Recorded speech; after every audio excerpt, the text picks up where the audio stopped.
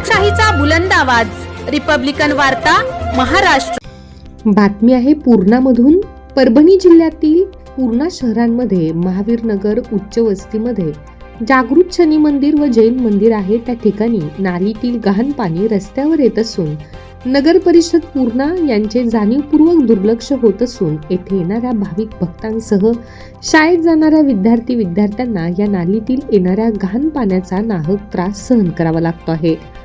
त्याचप्रमाणे भाविक भक्तांना आपण पवित्र ठिकाणी जात असतो तरीही पूर्णा नगर परिषदेच्या गलथान कारभाराचा फटका मात्र सर्वसामान्य भाविक भक्तांना, नागरिकांना, शालेय विद्यार्थ्यांना बसत आहे। जसे की रस्त्यावर छोटेसे तलाव असल्याचे चित्र पाहावयास मिळते, परंतु नगर परिषद मात्र याकडे जाणीवपूर्वक दुर्लक्ष करत नाही ना।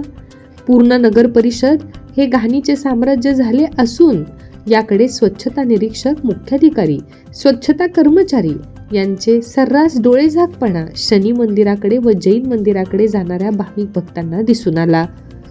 पूर्णा नगर परिषदेचा प्रभारी चार्ज हा गंगाखेड नगर परिषदेचे मुख्य अधिकारी यांच्याकडे असल्याने पूर्णा नगर परिषदेला पूर्णवेळ मुख्याधिकारी नसल्याने सर्व कारभार हा गंगाखेड येथून पाहिला जात असल्याने पूर्णा शहरात सध्या घाणीचे साम्राज्य आहे हे मुख्याधिकाऱ्यांच्या लक्षात कसे येणार।